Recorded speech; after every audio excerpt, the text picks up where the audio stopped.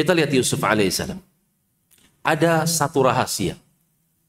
Kenapa Yusuf baik di awal, di tengah, di akhir, bahkan di akhir kehidupannya tetap menjadi orang yang baik? Ada rahasianya. وَلَمَّا بَلَغَ أَشُدَّهُ آتَيْنَاهُ حُكْمًا وَعِلْمًا وَكَذَلِكَ نَجْزِي الْمُحْسِنِينَ. Ketika masuk usia balik 15-16, aku berikan Yusuf hikmah, hukman hikmah, pengamalan kitab, pengamalan ilmu, wa ilma, dan ilmu itu sendiri. Ilmu yang diamalkan, hikmah, menempatkan sesuatu pada tempatnya, mengamalkan ilmu sesuai dengan apa yang Allah inginkan, itu jadi hikmah. Itu yang Allah berikan kepada Yusuf. Lihat kalimatnya, wa kadzalika najzil muhsinin. Demikianlah kami berikan balasan buat orang yang baik, muhsin, umur 15-16, remaja. Baik beliau alaihissalam. Ketika masuk usia dewasa, masuk dalam penjara, mendapatkan sekian banyak ujian. وَدَخَلَ مَعَهُ السِّجْنَ فَتَيَانِ قَالَ أَحَدُهُمَا إِنِّي أَرَانِي أَعْصِرُ خَمْرًا. Datang dua orang ikut dijebloskan ke dalam penjara. Dua-duanya punya mimpi.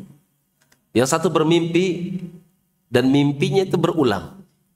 Dia mengatakan kepada Yusuf, sungguh aku mendapati mimpi memeras anggur, kemudian jadi perasaan itu aku saring dan jadi minuman.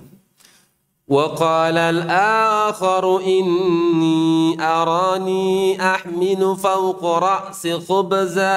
Yang satu mengatakan, aku melihat diriku di atas kepalaku ada roti.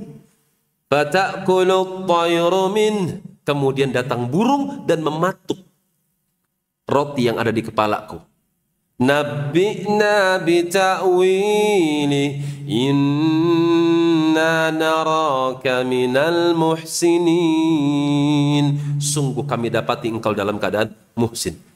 Masih muda 15-16 baik. Ketika dewasa umur 30-40 baik. Allah sebutkan dua kali, muhsin dan muhsin. Ketika sudah jadi orang besar, orang nomor 2 di Mesir. Orang nomor 1-nya Fir'aun. Fir'aun pada zaman Yusuf alaihissalam muslim. Fir'aun pada zaman Yusuf alaihissalam muslim. Orang nomor 2 Mesir adalah Yusuf alaihissalam, karena beliau sangat penting. Kedudukan beliau sangat penting, urgent sekali bagi manusia secara umum, bagi kota Mesir secara khusus. Beliau yang mengolah ekonomi negara ketika itu. Kemudian tetangga-tetangga, negeri-negeri tetangga kelaparan, minta bantuan kepada negara Mesir berhadapan dengan Yusuf, dan itu ternyata keluarganya sendiri. Singkat cerita, Yusuf alaihissalam menahan adiknya, kemudian kakak-kakaknya merasa malu dengan bapaknya di rumah. Yakub alaihissalam yang sudah tua renta. Ini kalau anak keragil diambil, yang bontot diambil, bapak pasti akan kecewa. Kecewa pikiran dan akan sakit dan akhirnya binasa. Itu yang mereka khawatirkan. Mereka ngelobi Yusuf.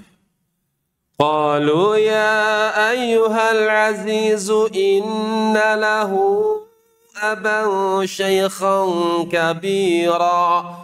Wahai baginda, sungguh adik kami itu, dia punya bapak yang amat tua sekali, Yakub alaihissalam. فخذ أحدنا مكانه. Jangan tangkap dia, tangkap aku saja yang paling tua. Aku sebagai jaminannya, jangan tangkap dia. Kalau kau tangkap dia, nanti bapak kami pikiran, kami khawatir akan mudarat yang akan menimpa bapak kami. Sudah, tangkap aku saja. Inna naraka minal muhsinin.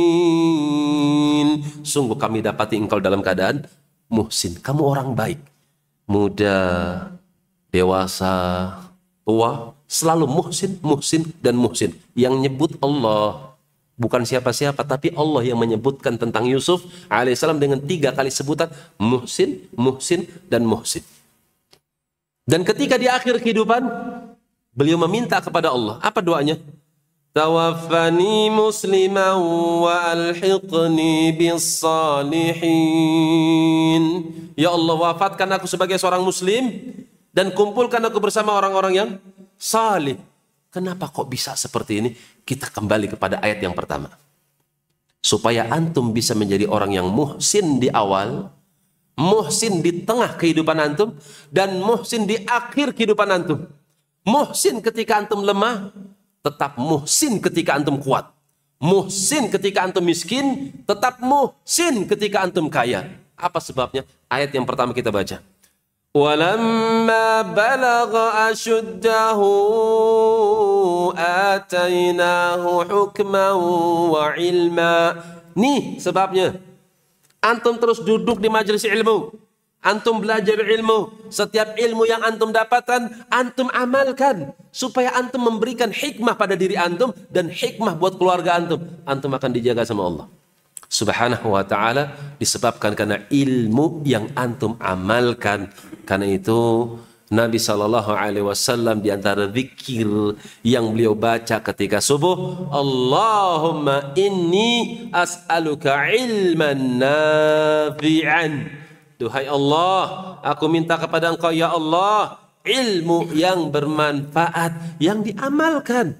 Ilmu itu berbuah, nggak mandul, nggak sekedar dihafal, nggak sekedar dipahami, tapi dia amalkan pada kehidupannya. Nafi'an. Setelah itu baru rizqan thayyiban.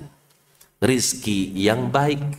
Orang yang punya ilmu, dia amalkan ilmunya, rizkinya insya Allah baik. Kenapa? Dia tahu ini halal, dia ambil.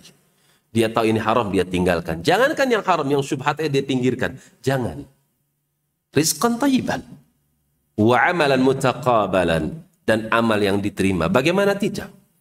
Ilmu yang baik yang diamalkan, di mana ilmu itu menuntut padanya ikhlas, maka itulah amalan yang mutaqabalan. Setiap cabang-cabang ibadah terbuka dengan sebab ilmu yang bermanfaat. Karena itu jangan tinggalkan zikir, di antaranya doa ketika pagi tersebut. Allahul musta'an.